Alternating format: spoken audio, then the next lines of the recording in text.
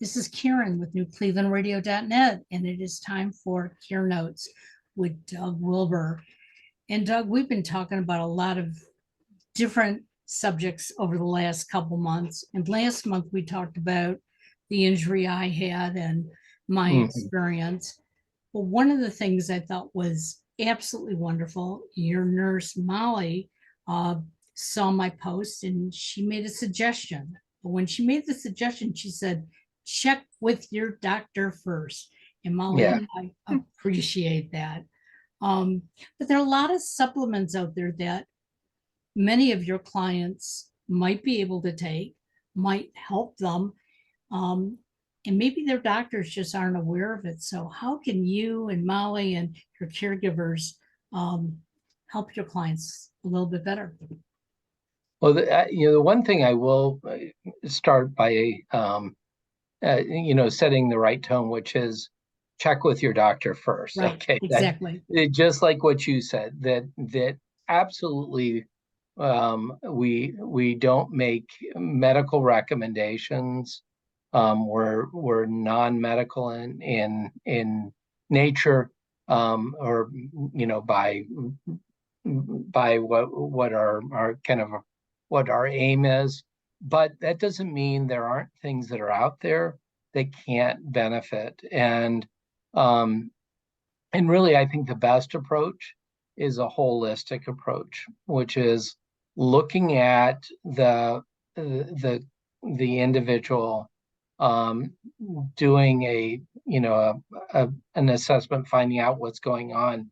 And sometimes, in so many ways, we might have some ideas because we've seen a lot of the things that are going on that can benefit. So, as opposed to telling a client here, what they could or might not do, maybe what we can do as far as like a setup is say, here's some things that we've seen different medical professionals do or use that might be beneficial as someone ages, number one, as opposed to giving specific advice. And a lot of times it's saying, okay, we've seen doctors do this, or there may be some ideas around the logic of using certain things. And I think in your particular case, it had to do with bone healing, if I remember. Right, exactly. Yeah. So, and that there are things that we can do.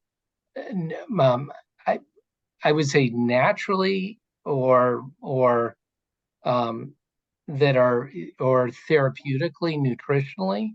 And I wouldn't do it just with supplements, or as far as the recommend that we talk about, because it's more than supplements. And, it's the best thing is actually lifestyle changes that may or may not include supplements. And again, what I would say is here's some things that we've seen some doctors use that work. So, and maybe that's where we can focus in on certain areas that are more conditions of aging. Probably one of the biggest ones are things like diabetes. Diabetes is a huge issue with people as they are getting older, and especially in the United States. But one thing I will say is that diabetes is not a universal symptom or condition around the world with those who are older. For example, Japanese culture, where they're following a traditional Japanese diet, they don't have the big diabetes issue for type 2 diabetes. And you kind of say, okay, why is that? What's going on there? And so, that's where you say, oh, maybe it is diet, lifestyle, supplements, who knows? But there's something going on that seems to be different there. The arthritis is another thing. certain cultures don't have the levels of arthritis that we have. And so I think there's a nutritional aspect possibly, that is involved in that, or lifestyle or whatever. So maybe that's where I'd like to pick Molly's brain to say, can you think of anything with diabetes that might be beneficial that you've seen doctors or others use or do? Yeah. I I think there's some doctors right now that are sort of on the cutting edge of treatment for reversing diabetes, and reversing some of the effects of diabetes. They've had some pretty good results. And I think it's very important to be, like I said, under a doctor's supervision, because there's so many things you can try that might not specifically work for you, as your specific situation. But I know that diet is a really big piece of that, and particularly avoiding the simple carbs, even too much of the complex carbs, but balancing out that diet with healthy fats and healthy proteins, um, and avoiding certain kinds of unhealthy fats and proteins as well. So there's healthy carbs, there's healthy fats, there's healthy proteins, and then there's unhealthy of all of those things as well.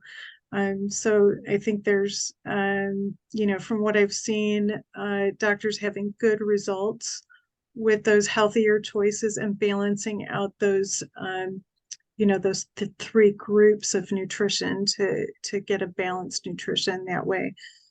Then as far as supplements, there's uh,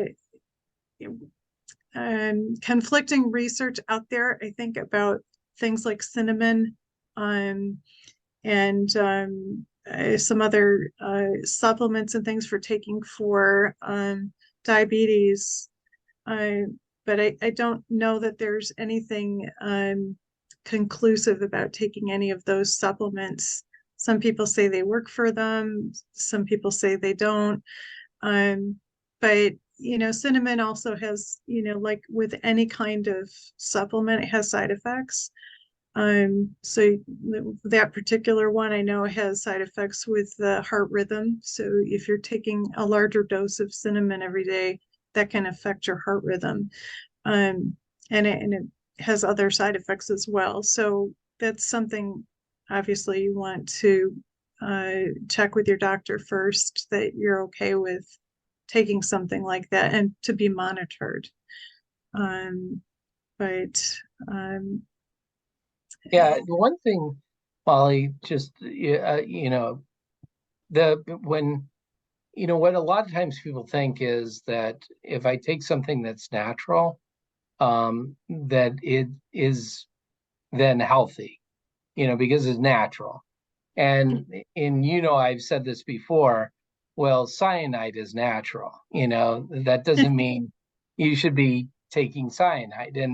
And so because something's natural, lead's natural, it doesn't mean it's good for you. And one of the shocking things was, I remember a number of years ago, I thought, well, why don't I take a high dose of certain um, uh, vitamins around the heart, and and wanting to make sure that that and that I was doing the most for heart protection and other things. And I ended up taking a number of different things, vitamin E, different supplements, and my thought was, it won't hurt me by taking this. But they were like a lot of water soluble vitamins, where I was taking it at doses that shouldn't cause issues. And so with there's different ones I was taking. And then I read a study, and it was really interesting because they found the opposite of what they were expecting. They were doing a number of supplements, and it was specifically looking at, I think conditions around the heart, and I think they had other ones that were looking around things having to do with cancer. And they actually found that the numbers, the issues went up, it didn't go down. So it isn't necessarily that taking those supplements or vitamins are neutral. They can actually have adverse events, and I think a part of it is that when you're isolating a single entity, you're that it's not in its kind of its natural form either. So you're isolating, say, a part of a more complex thing. And if you get it in diet, there are other components that may be involved that may actually be benefiting you as much or more than that single part that they're isolating. Right. What's your thoughts on that? I think it's very true. Like if you have, it's better to get nutrition from a whole food source than it is when you isolate something. Although there's exceptions because some of our diets don't have that specific nutrition in it. Like for instance, vitamin D across most of the United States and a lot of the northern countries that don't get a ton of sunlight throughout the year. People are very vitamin D deficient. And we saw this through COVID, that it very strongly affected people and their outcomes with COVID if they had low vitamin D levels. And the countries that supplemented with vitamin D during that time period had much better outcomes when it came to pneumonia and respiratory distress syndrome. And vitamin D has been like very highly studied for pneumonias, from viral pneumonias, bacterial pneumonias, all types of respiratory disorders, to be very beneficial. But that's within a certain range. Like vitamin D is also fat soluble, and if you overshoot on your vitamin D, then you can become toxic, and then that has its own neurological side effects and things like that. So it has to be done in balance. It's like eating a healthy, balanced diet is important, but if you overdo it on the greens, you can end up counteracting your, like you said, your blood thinners. So you have to take it all into context. And that's why it's important for a doctor or nurse to look over, like, what are all your conditions? What are all the medications you're on? What specifically fits for you as a patient, and what's appropriate for you, because one thing might be appropriate for one person and it's not for someone else. It would be detrimental to someone else. And then to continue being monitored as well. Like, right. There's so many different supplements out there that I think it's really important, if you make the choice to do it on your own, please let your doctor know what those supplements are. My husband, is type 2 diabetic. His numbers have been really, really low. And the doctor basically was going to take him off of all of his medications. But then my husband told him about all these different supplements he's been buying online. And the doctor looked at him and he said, "You're going for a full workup." And luckily my husband's okay. But when he looked at what was in some of these and the fillers in them, he said, "You don't need to take these." He said, "If you would just get off of all these," he said, "and just take the minimal amount that I'm giving you to control your diabetes," he said, "you're going to be okay." But he's been listening. It was like, well, his numbers range around 120. Okay. Well, he wants them to be 90. Well, he's 73 years old. It's not going to happen. But he's healthy. And that's what the doctor keeps telling him. You don't need all this other stuff. Save the money for something else.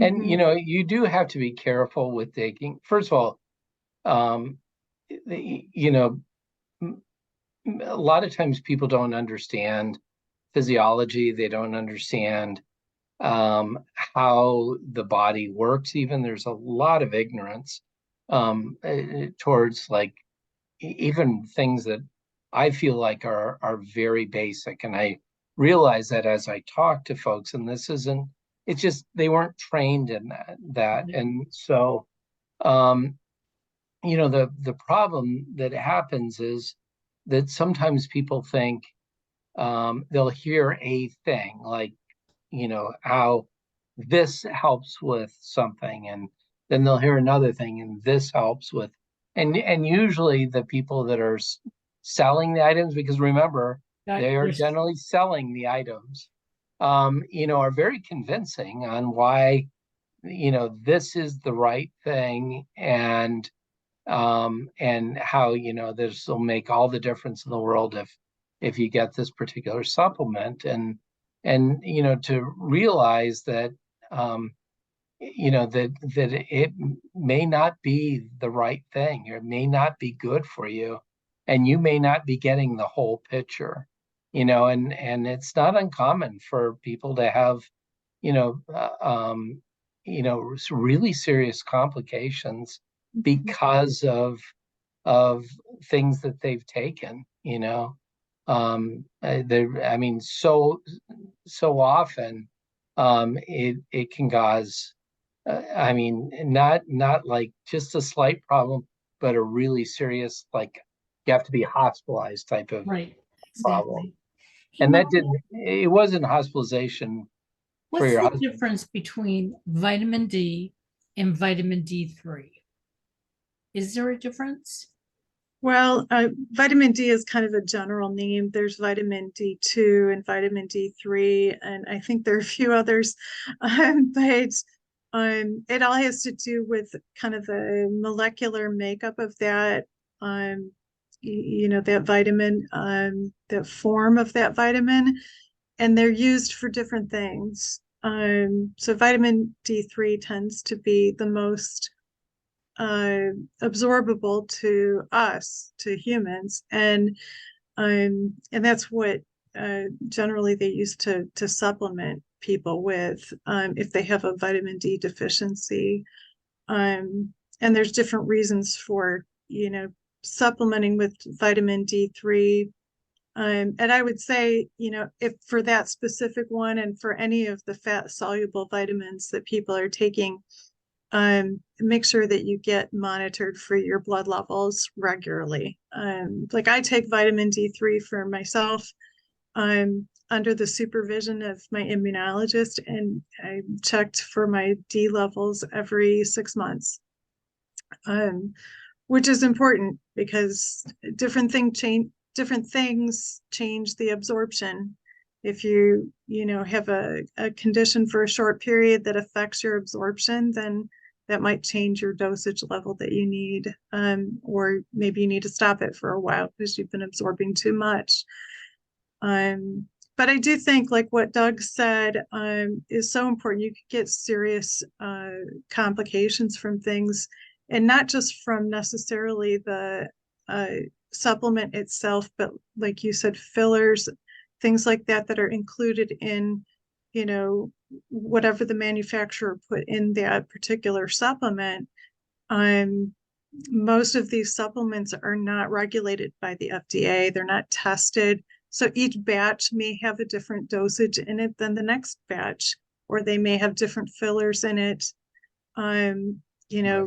some of them we don't even know what the fillers are. So That's those scary. fillers could be dangerous too because um, they're not publicized what those fillers are that they put in there.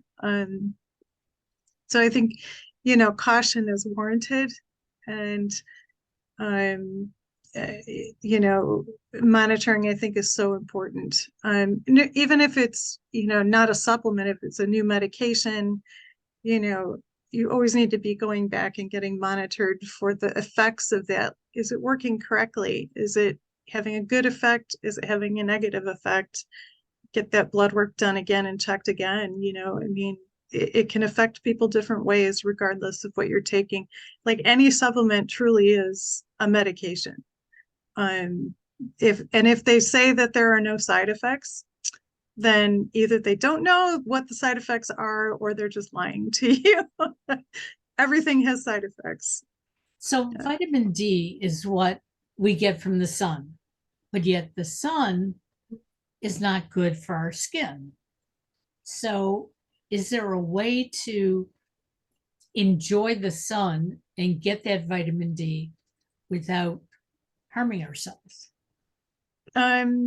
Yeah, I think there is. You limit your time in the sun. You really only need 15 to 20 minutes of real sun exposure a day to get your vitamin D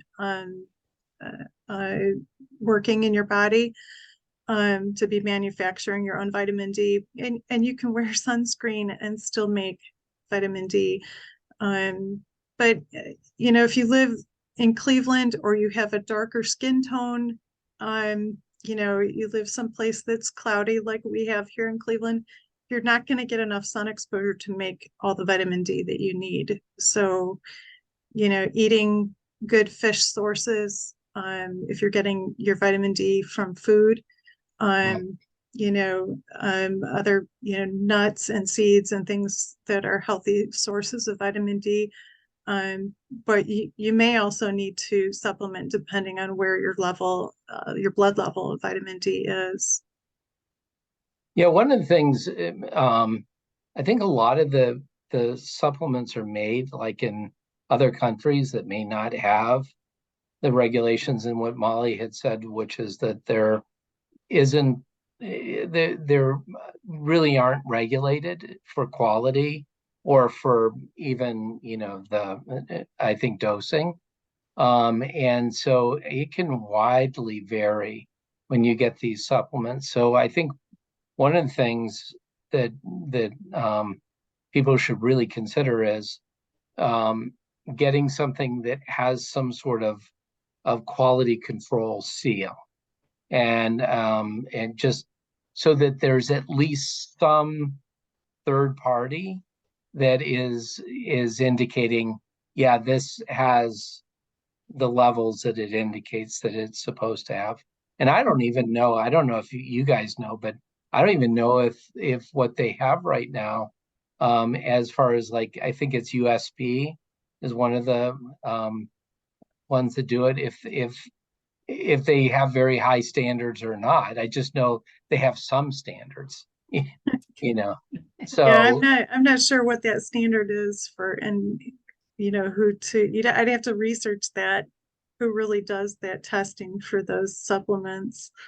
But I know there've been issues with people who take CBD oil or CBD supplements for their arthritis or their pain levels or whatever, or for maybe anxiety. And there's just widely varying dosages between manufacturers. Even if it says the same milligram amount, it has vastly different effects. It's interesting that you bring up the CBD because my oldest son was in visiting in May, and he and I both have the same type of anxiety issues. And his doctor suggested a CBD. It's a little capsule, and he gets his online. And so he was telling me how it's manufactured, who it's manufactured by, and the dosage. We went looking all over town here in Cleveland for that exact, nobody carries it. But I went and asked my doctor about it, and my doctor said, give me some time to research it. When he came back, he said, out of all of them, it's probably the safest. He said, but you already take something for depression. Do not take the CBD. He said, because we don't know what the interaction would be. Now, my son, he doesn't take anything for depression. And it was like eye-opening to me, because here my son was trying to be helpful. And once he knew all about it, he finally said, you're right. I can tell people what works for me, but I've got to be careful that I don't tell them that they should use it. Right.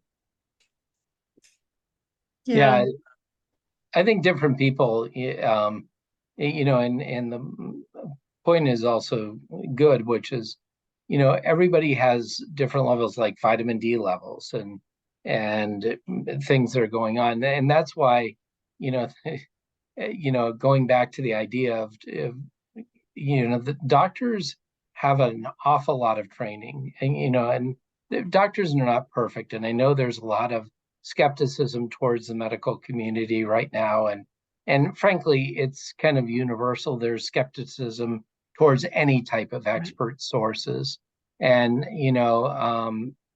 but I there's an old saying that it says, a doctor who treats himself as a fool for a patient, and I think people who treat themselves should really listen to that old ditty, because I think you have to be really careful about doing self-treatment. And the warning was there for doctors, and the warning is there for those who do supplements. Now, that doesn't mean you shouldn't look into it, but it's really smart, just smart thing to run it by, a trained professional, a physician, or even a nurse practitioner, to say, is this a good idea with what I'm going? And so often, I think now they're trying to capture more and more when you're going to the doctor's office if you're taking supplements. But for so long, people were taking supplements and they had no idea why these weird things were going on with and then they figure out, oh yeah, it's the supplement, And it's like the person that had, I mean, you can like true licorice, not like pretend licorice, Right. can cause heart issues. Yes, So, absolutely. yeah. Well, I was at the cardiologist yesterday, and the cardiologist said to me, "What are you doing?" And I said, "What do you mean?" He said, "All your levels are absolutely perfect." Mm. And I said, "Well, I've given up most of the supplements I was taking." And he looked at me, and he knew what I was taking, but he didn't see that as, a problem. And he said, "Your cholesterol level has never been as low as it is now." He said, "So don't add those supplements back in." And he said, just do what you're doing. But also comes down to diet too. And Molly, you brought that up, that we have to be smart about what we're putting into our bodies. And if we're, I'm not going to say that I don't cheat, because we all do. Oh, who doesn't? Yeah. But I think about when I go to the store, what am I buying?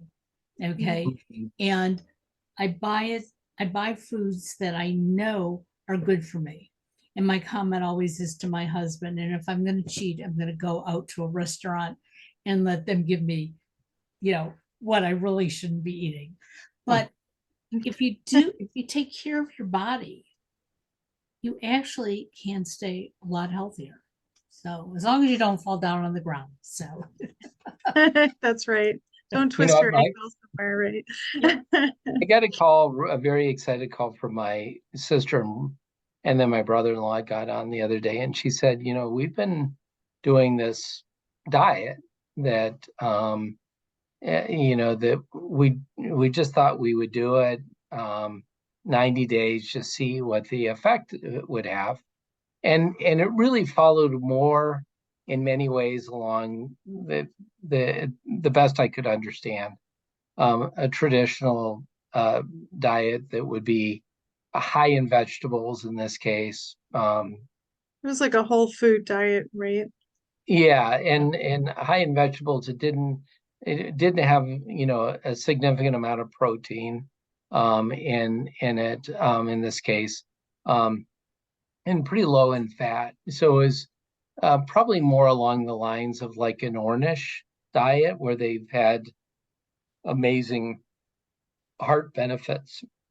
But they went on this for a 90-day period, and she said she was so excited, and she said that her husband has been suffering from a lot of pain in his hip, and he loved playing tennis, and he said if he would do tennis, he'd be like in a lot of pain for 3 to 4 days afterwards.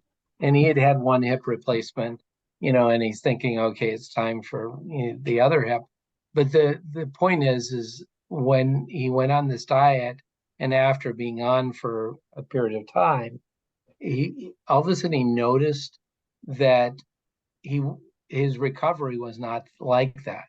He said, and just his general pain went away. Now, I'm not saying this is a cure for a hip replacement or anything like that, but what I'm saying is whatever inflammatory response that was going on, for some reason, by doing this, it had a really good effect on him. And that's when you hear something like that, then it might be good to look into and say, does something like this make sense?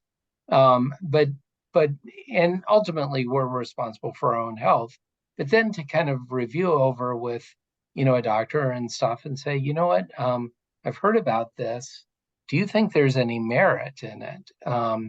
And it may be that you don't follow that exactly, but maybe there's some merit in that you can look into further. Where you eat up more vegetables, cut out certain fats, like Molly was saying, and other things that might, for your condition and what you're dealing with specifically, might have a beneficial effect, So.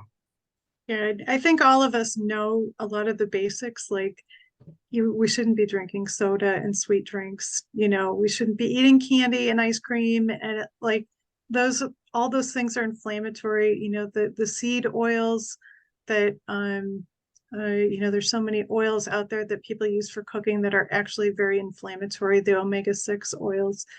And increasing those omega-3 fatty acids will help the opposite way with decreasing inflammation. But there's a lot of power in food, just as much, sometimes if not more, power in food than there is in supplements.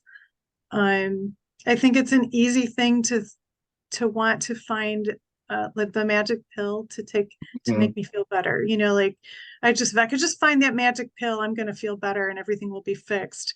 But the reality is, like Doug said, it's lifestyle changes that really make a big difference.